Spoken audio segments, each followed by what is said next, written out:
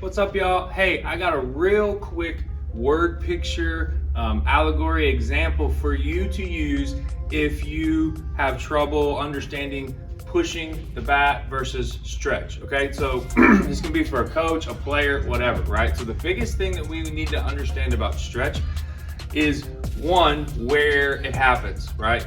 So a lot of people, right, have been taught to load the hands, okay? Good premise, right? But a lot of times what comes from that, right, is a false sense of stretch.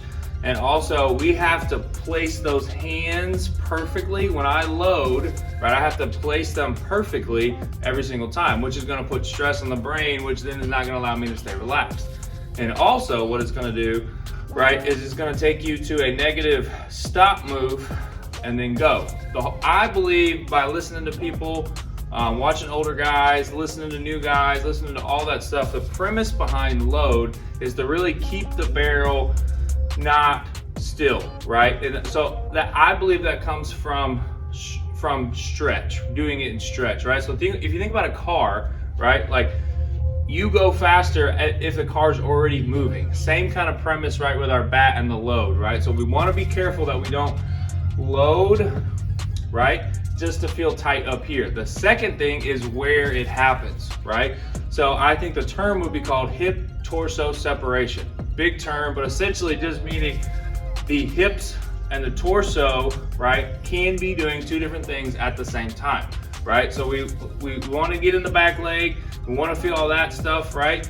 But we can feel that happening, right? And then the stretch happening across our midsection, right, and through our whole body. That's a better kind of stretch, right? We can really feel it. What I would call stretch being done is as you get here, right, this finishes before this starts, right? As you get there, you will feel very intense stretch. And then at that point, you can just let it go, okay? So here's a prop to kind of illustrate that, right? So I'm gonna show you two things and then I'm gonna explain it, okay? So the first one I'm gonna get stretched, and I'm gonna push this and try and make it go fast, okay? And see what happens, right? So I'm gonna get here.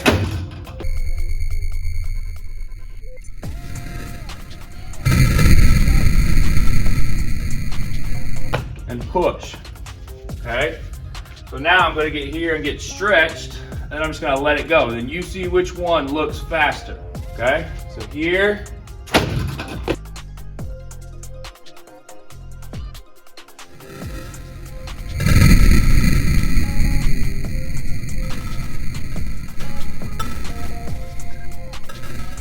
Let it go. Two things. One was faster. The second one was faster, right? But it was also more direct. So if you think about a rubber band, right?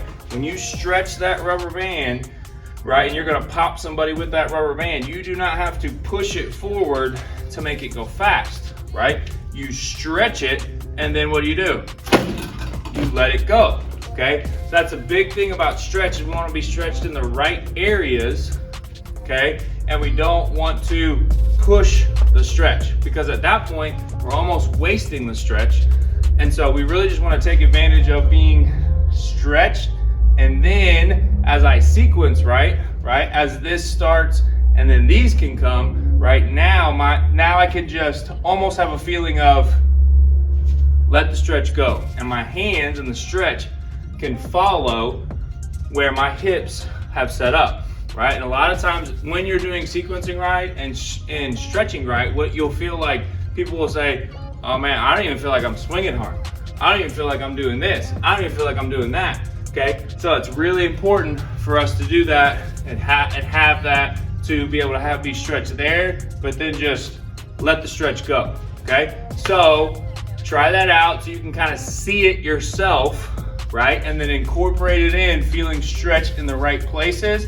Right, get sequencing here, right? This is gone, and then now I just release my hands that way, right? And then I've got way more in the zone, and my body's just following the leader, okay? Go try that out. I think it's gonna help you.